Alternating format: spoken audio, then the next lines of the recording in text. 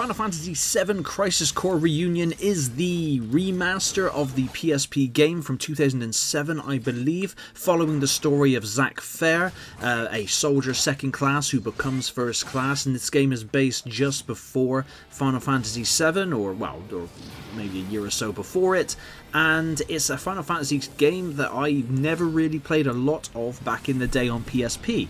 I did attempt to play it. It never really clicked for me. I'm a massive Final Fantasy VII fan, original and remake.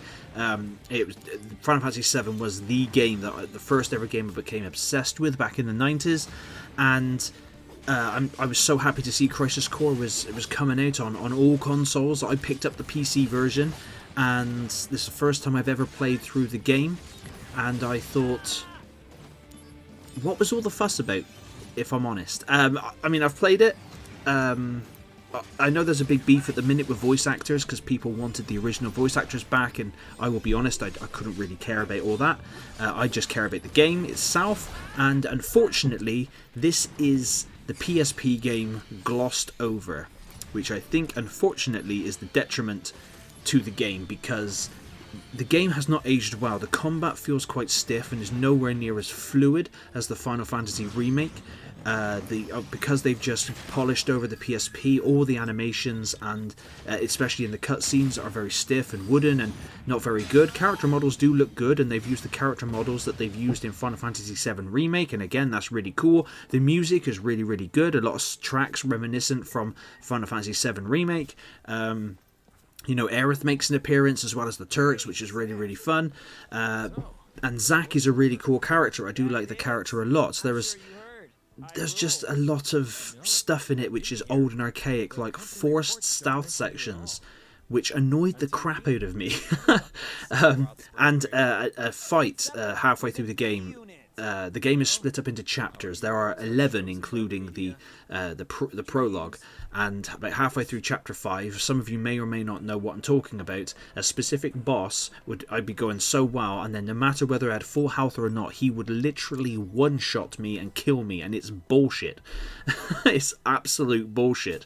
It was just a massive difficulty spike, which was unbelievable, and I had to overcome. And I will be honest, I'm not playing this game on hard mode or anything. I tend to play games through on normal or sometimes even easy mode just to get through the game, and then I go back to it later and I increase the difficulty and I go mad. I'm here to enjoy games, not constantly challenge myself. Now, the unsung hero of Crisis Core for me personally is Sephiroth. He is very cool in the game, in the cutscenes, and you just watch his descent into madness. Spoiler alert, sorry. I mean, if you didn't know Sephiroth was a bad guy by now, I mean, really? But yeah, he's kind of like he's a very a character you can sympathise with. They do start to make the story really convoluted and weird, but again, that just seems to be the direction that Final Fantasy VII went in after the original game, because nothing about the story has been tweaked here, too much. Obviously, there's new continuity with the Final Fantasy VII Remake, but I don't want to say far too much, But yeah, you can use materia, you can combine materia to create new attacks and just different abilities.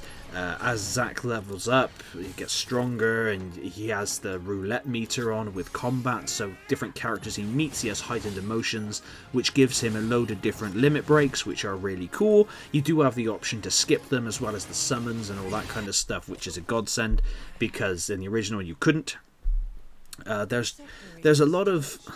is good stuff in Crisis Core, but unfortunately, for me personally, the game is very average and no way is worth the $39.99 full retail price. I'm sorry, I picked it up cheaper than that on CD keys, and like 30 quid, and I still feel that's too much. I think this game, if it would have released as like a £25 mark brand new, I think that would have been it, because apart from the gloss and some quality of life improvements, that the combat is easier than the PSP version, but only in the control, in the being able to use attacks and spells and items. Apart from that, it's still very wooden and simple to a point. But for the minimal effort, which I know this seems to be Square Enix's major major attribute these days. But unfortunately, it's not their best remake. It's not. That's it. It's not even a remake. It's a remaster. It's just the PSP game that's been polished over, and although there are aspects of it I like there's loads of side quests that you can do, and that's really cool. They're all the same kind of thing. Go here, fight the crap out of that, wave after wave of enemy. So I mean, if they're there, if you're enjoying it, go for it. But at the end of the day, this is a game that I do advise, if you love Final Fantasy VII Remake, to give it a go, because it is part of the story. But don't pay full price for it. Please wait for a sale. You really aren't missing anything groundbreaking at all in the slightest.